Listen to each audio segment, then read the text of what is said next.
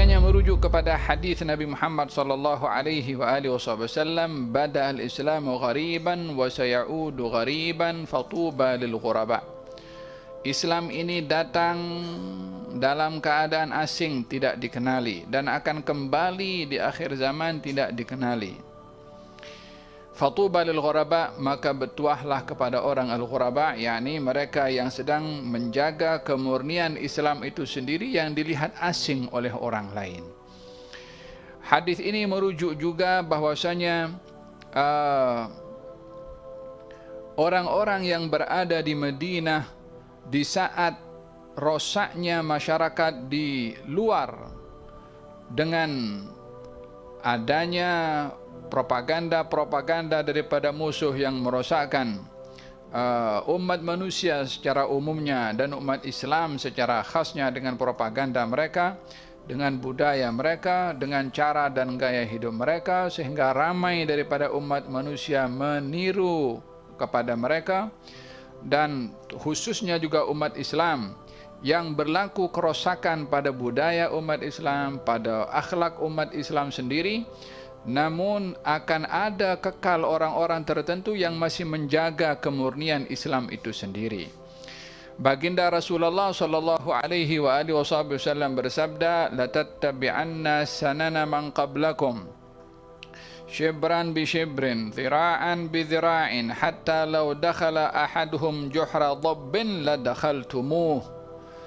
Kamu akan mengikut kepada golongan orang-orang sebelum kamu, sejengkal demi sejengkal, sehasta demi sehasta, sehingga kalau mereka masuk ke lubang biawak, kamu pun akan ikut mereka masuk lubang biawak.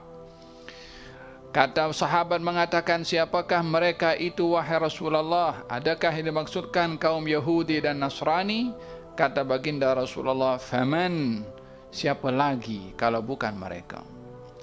Ianya bahagian daripada tanabbu'at, yakni khabar-khabar yang disampaikan oleh baginda Rasulullah yang belum terjadi, namun akan terjadi, yang bila ia terjadi membuktikan bagaimana benarnya dan jujurnya perkataan Nabi Muhammad sallallahu alaihi wasallam, yang kita hidup di zaman, bahkan sebelum kita pun juga hidup di zaman di mana umat Islamnya mengikuti orang-orang daripada Yahudi ataupun Kristian dalam segala caranya, bermula daripada sistem pentadbiran negara, bermula daripada bagaimana menguruskan cara gaya hidup keseharian, cara berpakaian pun juga banyak meniru dengan orang-orang Yahudi ataupun orang-orang Kristian.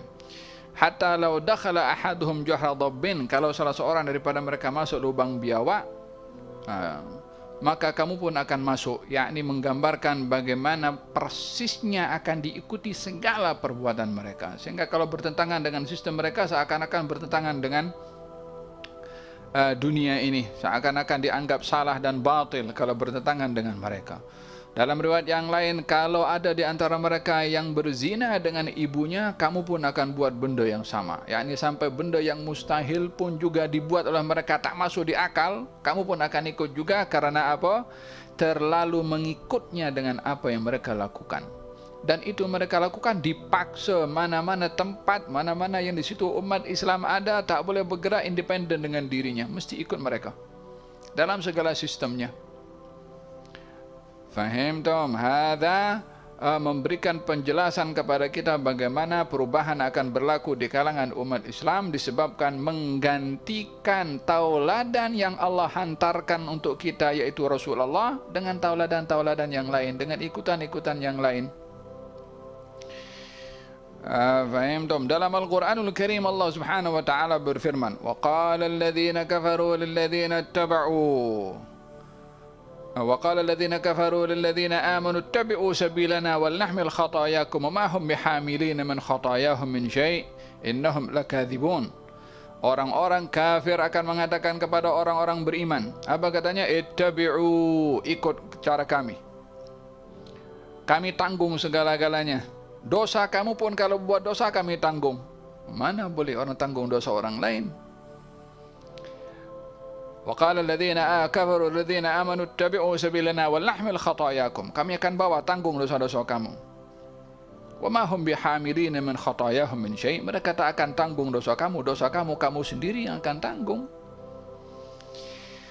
Hadza firman Allah Subhanahu wa taala, bagaimana propaganda akan dibuat oleh orang-orang kafir, tujuannya mengajak orang Islam supaya ikut dengan mereka. Supaya apa? Supaya tak nampak keindahan Islam itu yang dibawa oleh baginda Rasulullah dan tak ada yang memperjuangkan ini agama, sehingga nampak kita sama dengan mereka dalam kemungkaran. Faham Tom? Apa sekarang daripada kalangan umat Islam yang tidak ikut dengan mereka? Cara pakaian sama. Cara peletakan desain pun lebih kurang sama. Dalam beberapa tempat pun juga akan letakkan cawan, kemudian hantar cawan satu lagi, ting macam tu. Dalam kita punya acara-acara. La haula wala quwwata. Dalam perkahwinannya, inna lillahi wa inna ilaihi raji'un, jangan tanya. Benarlah kata Nabi, satu jengkal demi satu jengkal, satu hasta demi satu hasta kamu akan ikut. La hawla wa la quwwata illa billahil aliyyil azim.